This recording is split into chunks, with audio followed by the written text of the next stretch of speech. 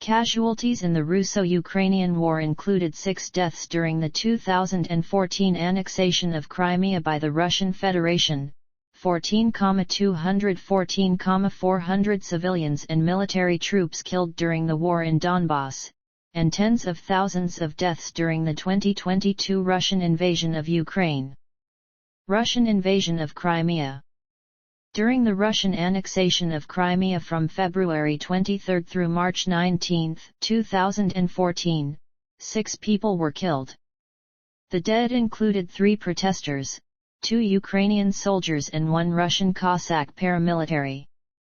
On August 10, 2016, Russia accused the Special Forces of Ukraine of conducting a raid near the Crimean town of Armyansk which killed 2 Russian servicemen.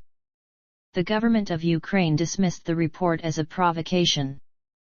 10 people were forcibly disappeared between 2014 and 2016 and were still missing as of 2017. War in Donbas. The overall number of estimated deaths in the war in Donbas, which started on April 6, 2014, was 14,214,400 through December 31, 2021, including non-combat military deaths. Most of the deaths took place in the first 2 years of the war between 2014 and 2015, when major combat took place before the Minsk agreements. Total deaths. Initially, the known number of Ukrainian military casualties varied widely due to the Ukrainian army drastically understating its casualties, as reported by medics, activists, and soldiers on the ground, as well as at least one lawmaker. Several medical officials reported they were overstretched due to the drastic number of casualties. Eventually, the Ukrainian Defense Ministry stated that the numbers recorded by the National Museum of Military History were the official ones, although still incomplete, with 4,629 deaths catalogued by December 1, 2021. According to the Armed Forces of Ukraine, 1,175 of the Ukrainian servicemen died due to non-combat causes by March 5, 2021. Subsequently, the military did not publish new figures on their non-combat losses, stating they could be considered a state secret. Deaths by regions. The following table does not include the 298 deaths from the shootdown of Malaysia Airlines Flight 17 or the deaths of Ukrainian servicemen, which are listed separately. Missing and captured. At the beginning of June 2015, the Donetsk region's prosecutors reported 1,592 civilians had gone missing in government-controlled areas, of which 208 had been located. At the same time, a report by the United Nations stated 1,331,460 people were missing, including at least 378 soldiers and 216 civilians. 345 unidentified bodies, of mostly soldiers, were also confirmed to be held at morgues in the Dnipropetrovsk Oblast or buried. In all, as of late October, 774 people were missing according to the government, including 271 soldiers. By the end of December 2017, the number of confirmed missing on the Ukrainian side was 402, including 123 soldiers. The separatists also reported 433 missing on their side by mid-December 2016, and 321 missing by mid-February 2022. As of mid-March 2015, according to the Security Service of Ukraine, 1,553 separatists had been released from captivity during prisoner exchanges between the two sides. Subsequently, Ukraine released another 322 people by late February 2016, while by September, 1,598 security forces members and 1,484 civilians had been released by the rebels. 1,110 separatist fighters and supporters, including 743 civilians, were reportedly still being held by Ukrainian forces as of late March 2016. The figure of separatist prisoners was updated to 816, including 287,646 civilians, in December. At the end of May 2015, the Ukrainian commander of Donetsk airport, Oleg Kuzminik, who was captured during the battle for the complex, was released. In December 2017, a large prisoner exchange took place where the rebels released 73 out of 176 prisoners they were holding, while Ukraine released 306 out of 380 of their prisoners. Out of those that were released by Ukraine, 29 brought to the exchange point refused to go back to separatist-held territory, while 40 who were already previously released did not show up for the exchange. Meanwhile, out of those released by the rebels, 32 were soldiers. This brought the overall number of prisoners released by the rebels to 3,215. Among those still held by the separatists, 74 were soldiers. The number of released prisoners was updated to 3,224 in late June 2018, while the number of those still held by the rebels was put at 113.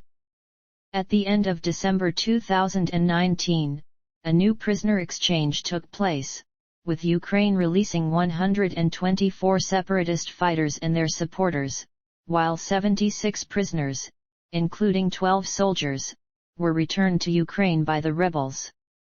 Another 5 or 6 prisoners released by the separatists decided to stay in rebel-controlled territories. Foreign fighters. Foreign volunteers have been involved in the conflict, fighting on both sides. The NGO Cargo 200 reported that they documented the deaths of 1,479 Russian citizens while fighting as part of the rebel forces. The United States Department of State estimated 400-500 of these were regular Russian soldiers. 2 Kyrgyz and 1 Georgian have also been killed fighting on the separatist side. Additionally, at least 233 foreign-born Ukrainian citizens and 19 foreigners died on the Ukrainian side. One of those killed was the former Chechen rebel commander Isa Munayev. In late August 2015, according to a reported leak by a Russian news site, Business Life, 2,000 Russian soldiers had been killed in Ukraine by February 1, 2015. Foreign civilians and journalists. At least 306 foreign civilians were killed in the war in Donbas prior to the 2022 invasion. 298 passengers and crew of Malaysia Airlines Flight 17. Italian journalist Andrea Roccalli and his Russian fixer and interpreter, activist Andrei Mironov. 4 other civilian journalists and media workers from Russia, Igor Kornliuk and Anton Voloshin, a correspondent and sound engineer respectively, Anatoly Klyan, a camera operator, and Andrei Stanin, a photojournalist. 1 Russian civilian killed in the shelling of Donetsk, Russia. 1 Lithuanian diplomat. Landmines and other explosive remnants. As a consequence of the conflict, large swaths of the Donbas region have become contaminated with landmines and other explosive remnants of war.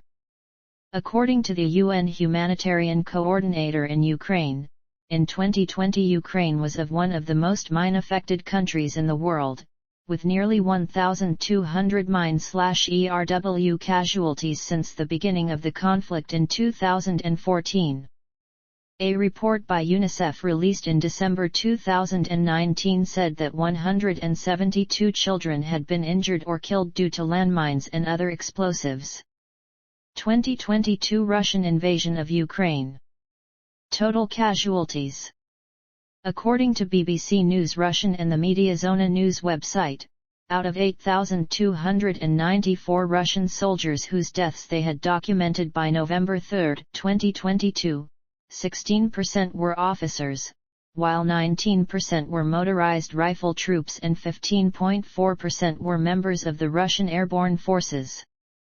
Meanwhile, at the height of the fighting in May and June 2022, according to Ukrainian President Volodymyr Zelensky and Presidential Advisor Mikhailo Podolyak. Between 100 and 200 Ukrainian soldiers were being killed in combat daily, while Presidential Advisor Oleksiy Arestovych stated 150 soldiers were being killed and 800 wounded daily. Mid-June, David Arakhamia, Ukraine's chief negotiator with Russia, told Axios that between 200 and 500 Ukrainian soldiers were killed every day.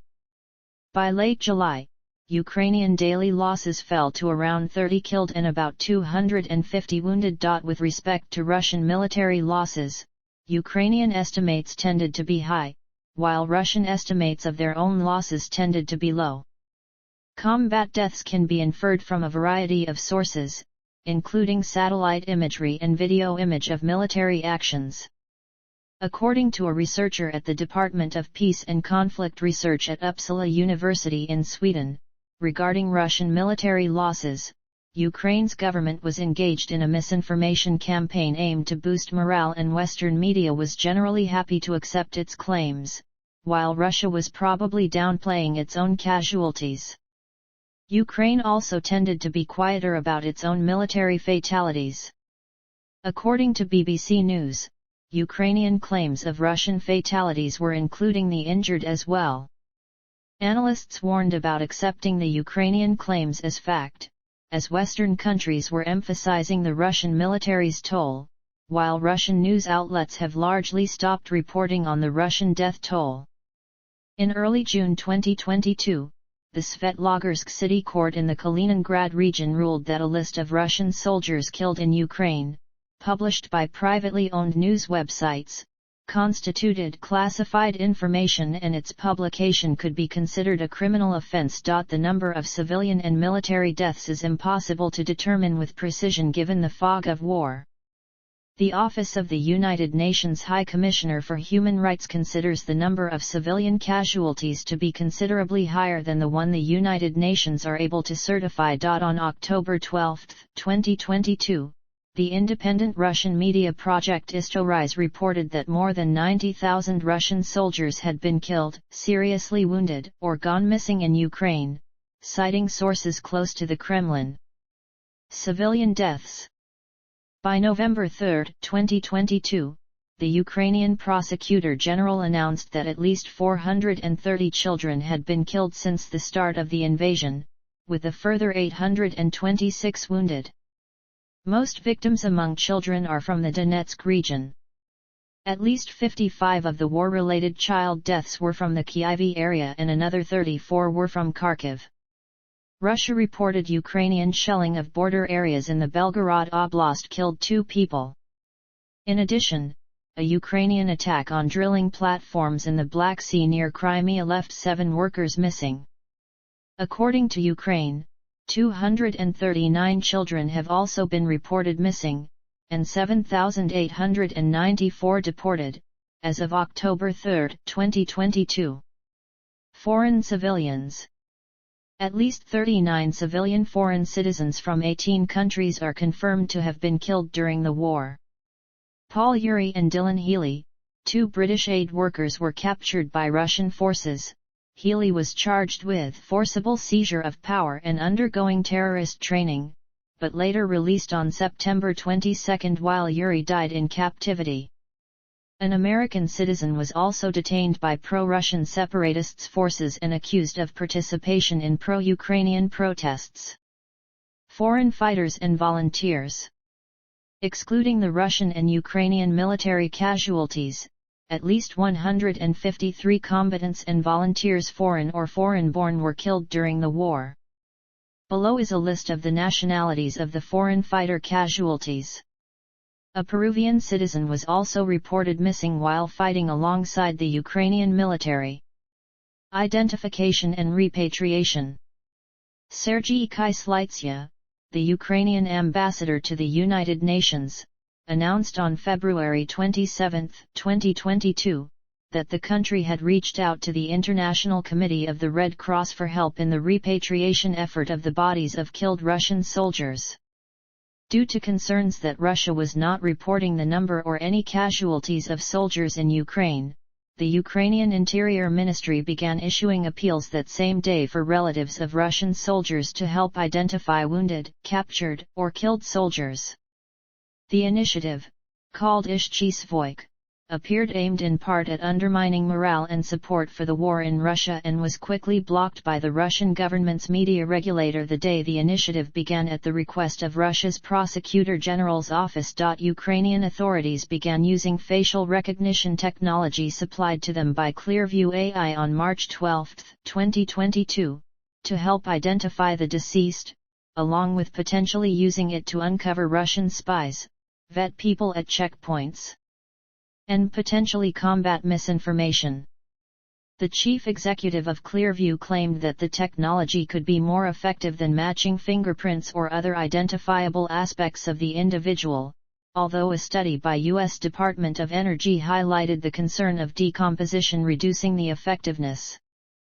Kyiv authorities have also reached out to the International Commission on Missing Persons, which was formed to help after the 1990s Balkan conflicts and the 1995 Srebrenica massacre, and identifies individuals by collecting DNA samples from the deceased and families to cross-match. The organization will also document the location of the body and how the individual died. As Russian soldiers began to retreat, the identification of the dead civilians who had been unreported due to communication issues and constant fighting began to be reported. Documentation and identification of the bodies began with many hastily dug graves and rubble being cleared away to photograph and identify the bodies as well as count the number involved. Handwritten tags and passports have been attached to the bodies after identification before they are taken by coroners and officials. In some locations, villagers kept track of the deceased, such as in Yahidny, a village north of Kyiv, where they used a school basement wall to write the names of the deceased while under Russian control. As of late May 2022, Ukrainian authorities had stored at least 137 bodies of Russian soldiers that were collected near Kyiv, as well as 62 in the Kharkiv region. During June, the bodies of 374 Russian soldiers were exchanged for the bodies of 365 Ukrainian servicemen between Ukraine and Russia.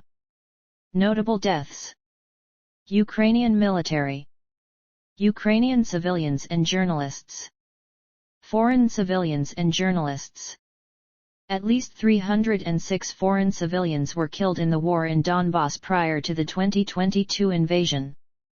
298 passengers and crew of Malaysia Airlines Flight 17.